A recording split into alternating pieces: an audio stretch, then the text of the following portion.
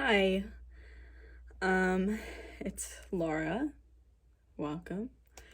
I haven't posted in a really long time, which is fine. I've made a lot of videos, like recorded them, but I don't always have the motivation to fully sit down and edit them, and I start and then I don't like them, and I wish I had said things different, and then I could refilm them, but then it doesn't feel as authentic, so I'm kind of just waiting for the right video to come, and I'm hoping that this is it. Because I think that this one hopefully will be important. In the last few videos that I have posted, whenever I posted them, I've definitely redirected my channel towards mental health because it's been like the most impactful thing in my life over the last few years. And I've been doing really well. I haven't updated that. I don't even know what the last video is that's up there. But I've been doing really, really well in the last year, which is good. That's a long time to be doing really well, because I feel like for a while I wasn't. So that's a success in itself. In general, even though I've been doing really well, I still have bad days where I get into funks that I kind of had before, but before they were longer. And so now it's like, oh, I get into a funk, but I'm kind of fine it's just a day or two. And maybe that's what this is, but I'm nervous that it's not.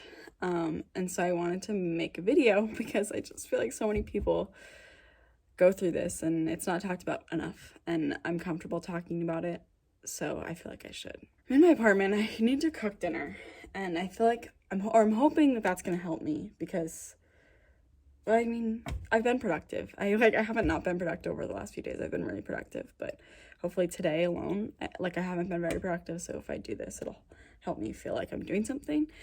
I'm also hoping that this will make me feel good because I'm making chicken, and I opened this chicken 2 days ago, and so if I don't cook it today, I think it's gonna go bad, and I don't want to waste the chicken. But I was also sitting in my room thinking of how I could make anything else and have it be so much easier. My roommate literally made pasta, and she's like, you can finish it. So there's literally a meal right here. This is more pasta than I need, and there's sauce and there's meatballs, and I don't need to make myself dinner. But I'm hoping that by making myself this chicken that otherwise would go to waste, it'll make me feel good, I don't know if that makes sense. But I wanted to talk about this funk, and it's personal to me, and I always use the word funk just because that's the best way to describe it, I think. I just feel funky. My brain feels really foggy, and it's just an unpleasant feeling, and I don't like it. I just don't know how else to describe it other than it being a funk. So that's the word I'm gonna use. I kind of just described how I feel when I'm in a funk. Sometimes it's different.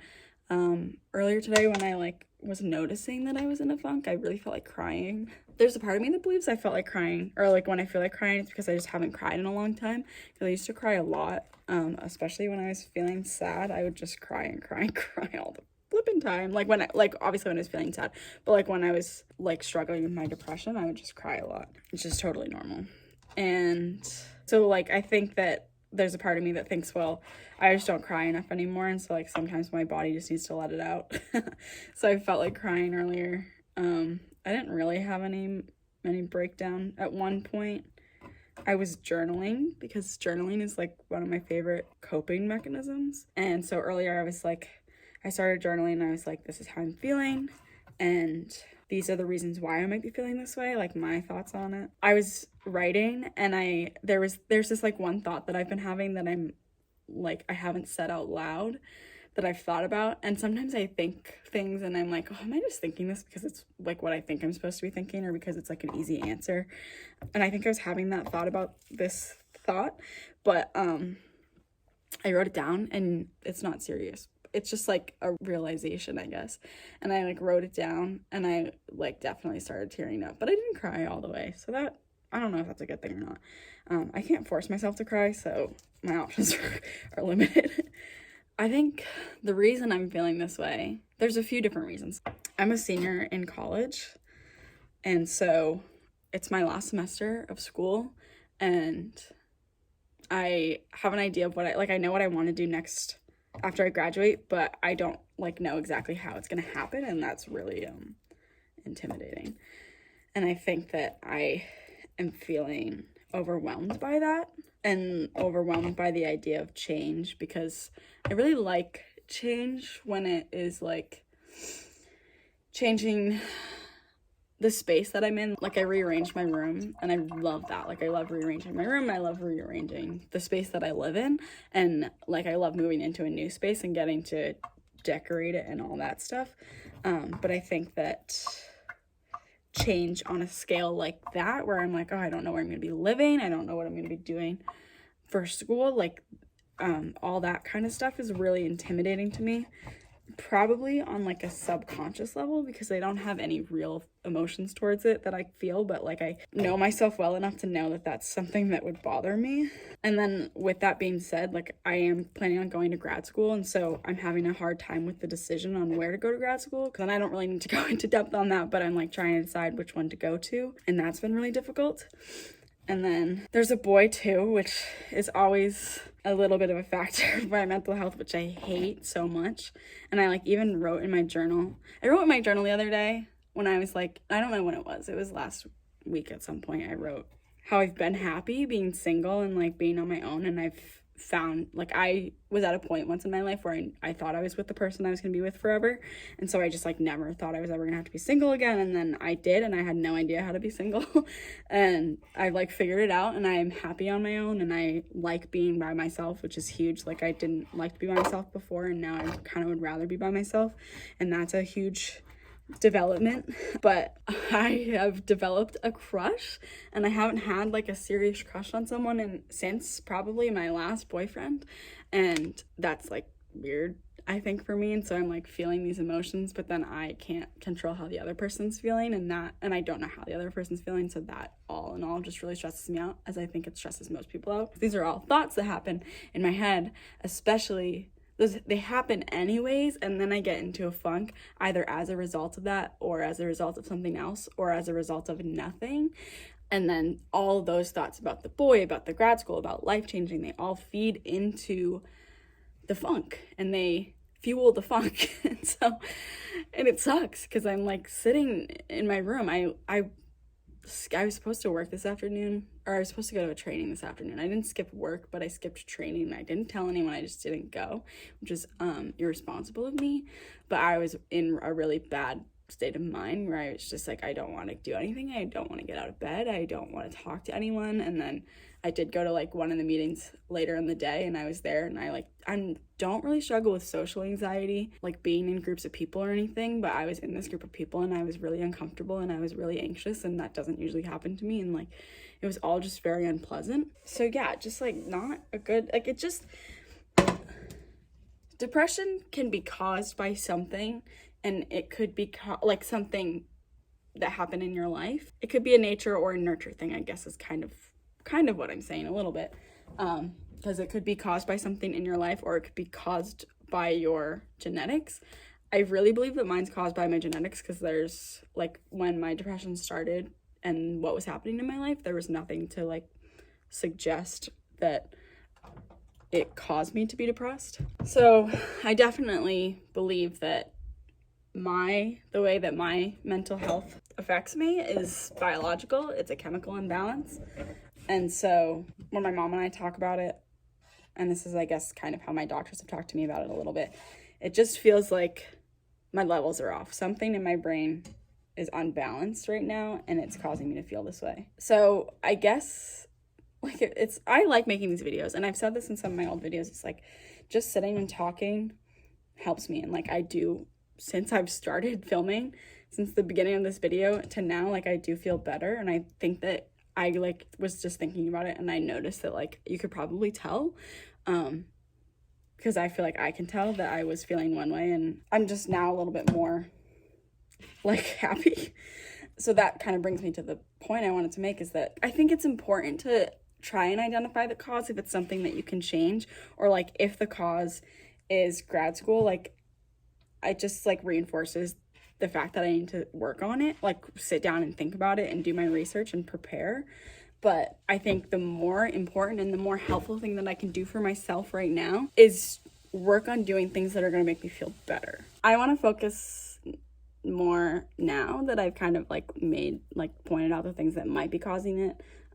not just in this video, but like to myself. I've sat down and journaled about what might be causing it. I want to focus now more on what I can do to make myself feel better. When I started to feel better after I was depressed, I kind of just like, I don't really know why. Like I put in the work, I went to the partial program, and I think that helped a lot, but I never came up with a solution to be like, when I'm feeling sad, here's the surefire way to make myself feel better. Whereas like with my anxiety, when I feel anxious, I know, oh, I can do this, this, and this. And like I have all my strategies to make myself feel better. I don't have that for when I'm feeling sad. I do a little bit, but like they're not as guaranteed as my coping skills for my anxiety. I have things that I try and that work sometimes and that don't work other times. And so I am just moving forward to focus on the things that might make me feel better. And in this video alone, I think you can see the difference on how I was feeling at the beginning versus how I'm feeling now. It's like, know that like filming this video helped me. I did some homework. I feel like just doing that sort of helped because I felt productive, and also helped because it's not going to contribute to any anxiety or frustration that I feel tomorrow when it's due and I procrastinated. So like I still have to finish it, but I did put work towards it so that I don't have to do that work tomorrow. I tried to cook, did not succeed, but I tried. And that's good. And so those are all things that have definitely made a difference in the last hour or so. I have to go home and get my straightener because I forgot to bring it back to school with me. And my dog is at home, so I'm going to see him, and I think that'll make me feel better. I have to take a shower. I think that'll make me feel better. I do have to finish some homework tonight, but after that, I won't have anything else to do especially because I put that work into the paper already. I'll just get to watch TV or read my book or something, whatever I decide to do, and that feels good. I make these videos, even though I make a lot of them that don't get posted, because I think it's important for people to hear what other people go through. And like I said, I'm comfortable talking about it. I'm a pretty open book. Like I'll tell anyone anything if they ask.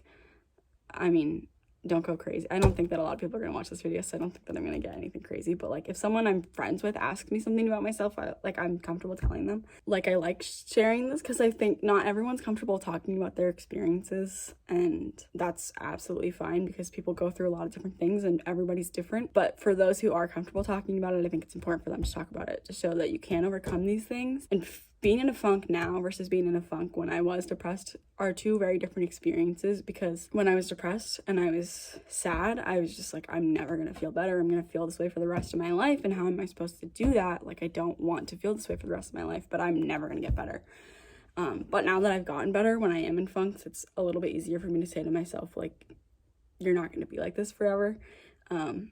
At the beginning of this video, I said that this funk was making me feel nervous, and I think that I'm just seeing a lot of similar patterns in my life that happened before starting college. Like I kind of remember maybe feeling a little bit of this when I was a senior in high school and being scared of the change that was going to come by going to college. So now the same thing's happening, that I'm a senior in college and I'm a little bit afraid of the change that's going to come with starting grad school. But I'm much better equipped now to like face that, and I have like a really good support system with my family and myself. Like I am the key player in my support system, which I'm really proud of, because like 3 years ago, my support system was another person. And I mean, obviously other people are a part of your support system. So my family's still a part of my support system. I have my therapist as a part of my support system. But 3 years ago, it was like 50% family and therapist and 50% my significant other. And so that was part of the reason why when we broke up, it was really hard for me, because I was like, well, whenever I feel sad, who am I supposed to talk to now? But I feel like I've filled that other 50% now. So it's like 50% my family and my therapist, and then 50% me. And I love that. Like that, the fact that I know myself well enough to support myself is incredible. And I think that's really valuable. Everyone should work on doing that. And the fact that I can recognize what this is and how to sort of fight it is good too. So yeah, I don't know if this video is I hope that someone could watch it and be like, oh, that's how I'm feeling, and not feel alone. I hope that someone can watch this and say, this girl's been through it and she got better, so I can get better. Or someone can watch this and just be like, I didn't know that was what it was like to be depressed. Like anything that someone can get out of this is why I like making these videos. So thank you for watching. I appreciate it, and I'll see you next time.